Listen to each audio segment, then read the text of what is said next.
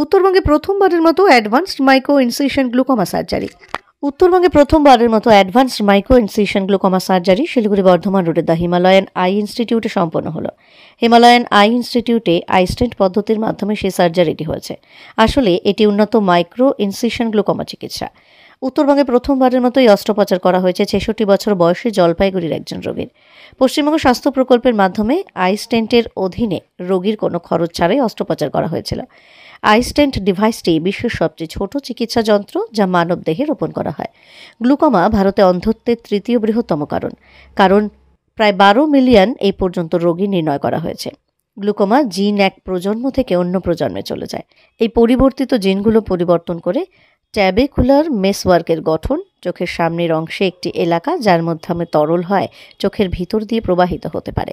এর ফলে চোখের অভ্যন্তরে একরকম পানি বা জলীয় হিউমারের বাধা সৃষ্টি হয়, যা চোখের ভিতরে চাপ বৃদ্ধির মাধ্যমে অপটিক নার্ভের ক্ষতি করে। হিমালয়ান আই ইনস্টিটিউটে প্রশিক্ষিত গ্লুকোমা এবং ক্যাটারাক্ট সার্জন ডাক্তার অরণি চক্রবর্তী বলেন যে আই স্টেন্ট একটি উন্নত মাইক্রো ইনভেসিভ গ্লুকোমা সার্জারি পদ্ধতি। আই স্টেন্ট সার্জারিটি বেশ ব্যয়বহুল পদ্ধতি, যার খরচ 1.5 লক্ষ টাকারও বেশি। কিন্তু ভালো খবর হলো এই পদ্ধতিটি এখনও বিভিন্ন নগদবিহীন পরিষেবার আওতায় রয়েছে।